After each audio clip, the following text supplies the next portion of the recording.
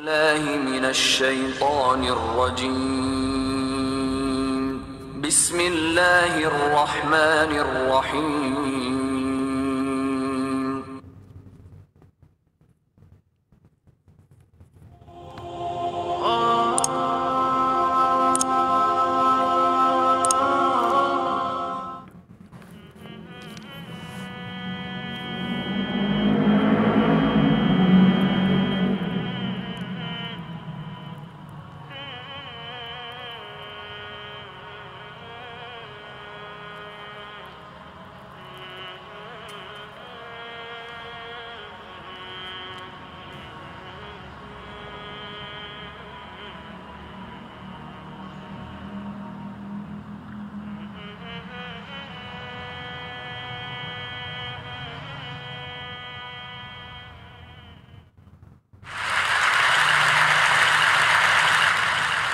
You may have heard about the Quran's idea of paradise being 72 virgins, and I promise I will come back to those virgins.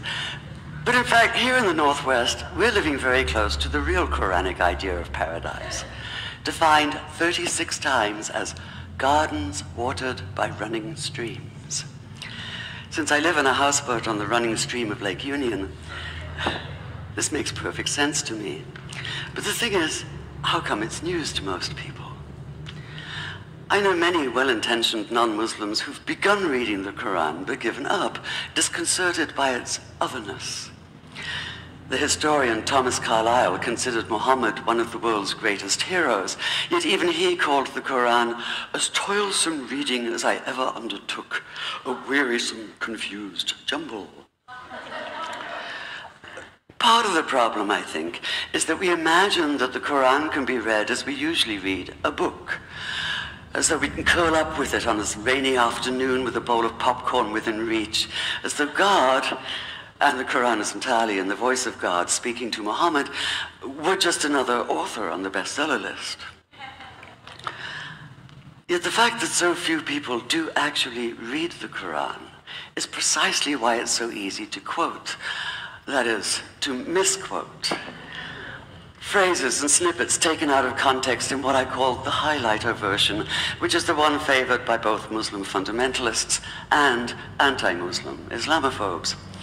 So this past spring, as I was gearing up to begin writing a biography of Muhammad, I realized I needed to read the Quran properly as I could, that is. My Arabic's reduced by now to wielding a dictionary, so I took 4 well-known translations and decided to read them side by side, verse by verse, along with a transliteration and the original 7th century Arabic. Now, I did have an advantage. My last book was about the story behind the Shia-Sunni split, and for that I'd worked closely with the earliest Islamic histories, so I knew the events to which the Quran constantly refers, its frame of reference. I knew enough, that is, to know that I'd be a tourist in the Quran, an informed one, an experienced one even, but still an outsider, an agnostic Jew reading someone else's holy book. So I read slowly. I'd set aside 3 weeks for this project, and that, I think, is what is meant by hubris, because it turned out to be 3 months. I did resist the temptation to skip to the back where the shorter, more clearly mystical chapters are, but every time I thought I was beginning to get a handle on the Quran, that feeling of, I get it now, it'd slip away overnight, and I'd come back in the morning wondering if I wasn't lost in a strange land. And yet the terrain was very familiar. The Quran declares that it comes to renew the message of the Torah and the Gospels, so 1/3 of it reprises the stories of biblical figures like Abraham, Moses, Joseph, Mary, Jesus.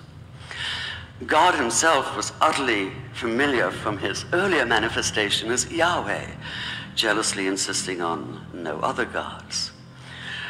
The presence of camels, mountains, desert wells and springs took me back to the year I spent wandering the Sinai desert. And then there was the language, the rhythmic cadence of it, reminding me of evenings spent listening to Bedouin elders recite hours-long narrative poems entirely from memory. And I began to grasp why it's said that the Quran is really the Quran, only in Arabic. Take the Fatiha, the 7-verse opening chapter that is the Lord's Prayer and the Shema Israel of Islam combined. It's just 29 words in Arabic, but anywhere from 65 to 72 in translation. And yet the more you add, the more seems to go missing. The Arabic has an incantatory, almost hypnotic quality that begs to be heard rather than read, felt more than analyzed. It wants to be chanted out loud, to sound its music in the ear and on the tongue. So the Quran in English is a kind of shadow of itself, or as Arthur Arbery called his version, an interpretation. But all is not lost in translation. As the Quran promises, patience is rewarded, and there are many surprises. A degree of environmental awareness, for instance, and of humans as mere stewards of God's creation, unmatched in the Bible. And where the Bible is addressed exclusively to men, using the second and third person masculine, the Quran includes women, talking, for instance, of believing men and believing women, honorable men and honorable women. Or take the infamous verse about killing the unbelievers. Yes, it does say that, but in a very specific context. The anticipated conquest of the sanctuary city of Mecca, where fighting was usually forbidden. And the permission comes hedged about with qualifiers. Not you must kill unbelievers in Mecca, but you can, you are allowed to, but only after a grace period is over. And only if there's no other pact in place. And only if they try to stop you getting to the Kaaba. And only if they attack you first. And even then, God is merciful, forgiveness is supreme, and so, essentially, better if you don't. This was perhaps the biggest surprise.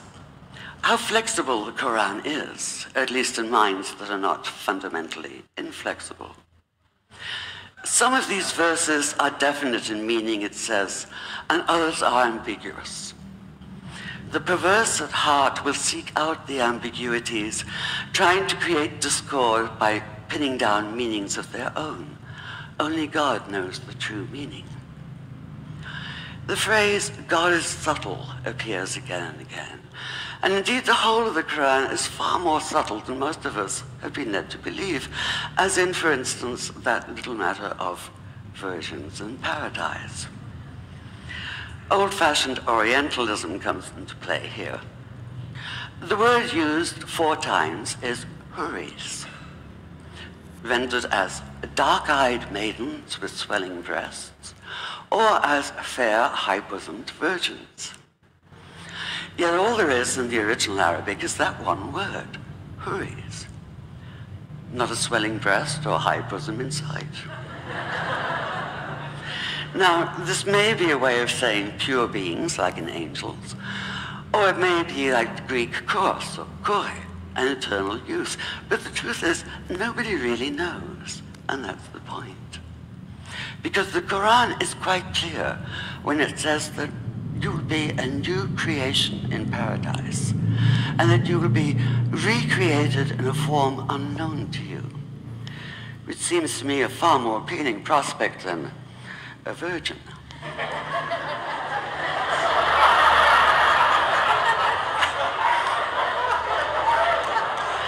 And that number 72 never appears. There are no 72 virgins in the Quran. That idea only came into being 300 years later, and most Islamic scholars see it as the equivalent of people with wings sitting on clouds and strumming harps. Paradise is quite the opposite. It's not virginity, it's fecundity, it's plenty, it's gardens watered by running streams. Thank you.